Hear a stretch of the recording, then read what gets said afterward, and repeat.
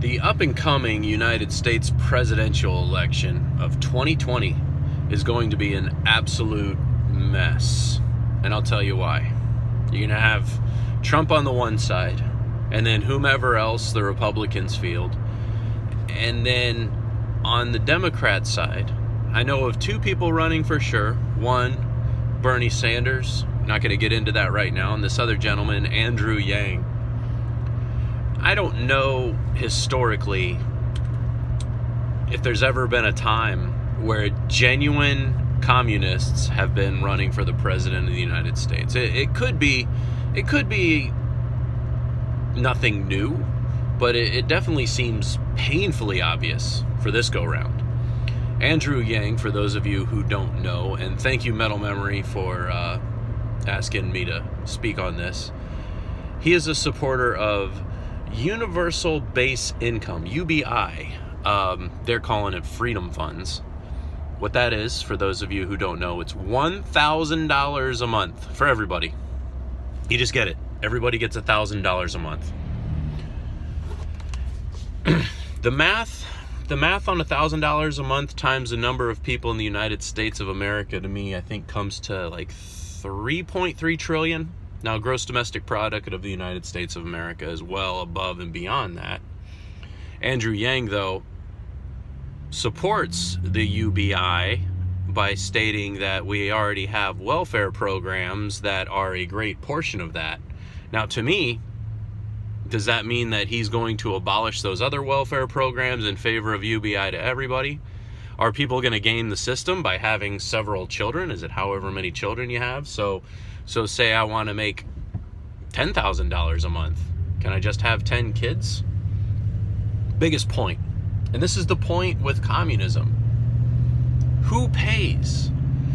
It's very easy for people to say taxation, and you can just tax. But the thing that I believe gets lost is money, and the income that's generated is a person or entity's property. And I feel strongly that what you do with your property, so long as it isn't used to harm others, should criminally harm others. Now, let me qualify that. Should be totally your business. Now, Andrew Yang points out the number of truck drivers who will be soon losing their jobs to automation, so it's up to the automated manufacturers, and it's up to Amazon to cover the expense of this UBI. And economically, that is just, to me, unsound. And it's where communism is economically unsound. Because just like where I stated in a previous video, value is important and tested value is important. The only reason why East Germany lasted for so long and the first go-around of the Union of Soviet Socialist Republics, the Soviet Union, lasted for so long was that they had Western markets to key values off of. Once they lost sight of that, stuff crumbled. It toppled. It toppled from the load. You know, it's bad enough that we have these policies of crony capitalism and corrupt politicians.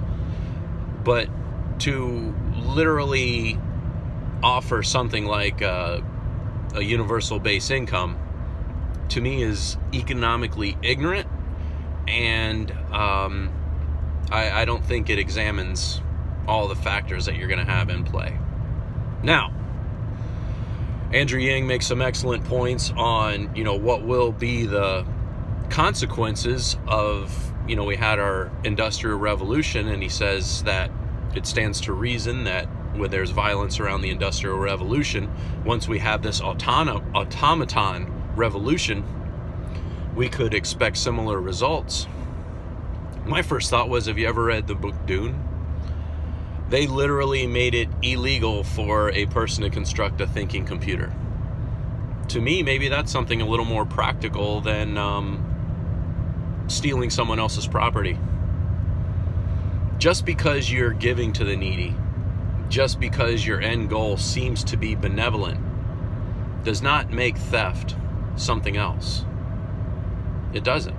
Theft is theft. You take another person's property without their approval, that is wrong. And Andrew Yang reveals everything with towards the end of his recent interview on Joe Rogan, where he says, vote yourself a dividend. It's unacceptable in my opinion, and not what makes this country strong, and not what will make this country sustain. Catch y'all in the next one.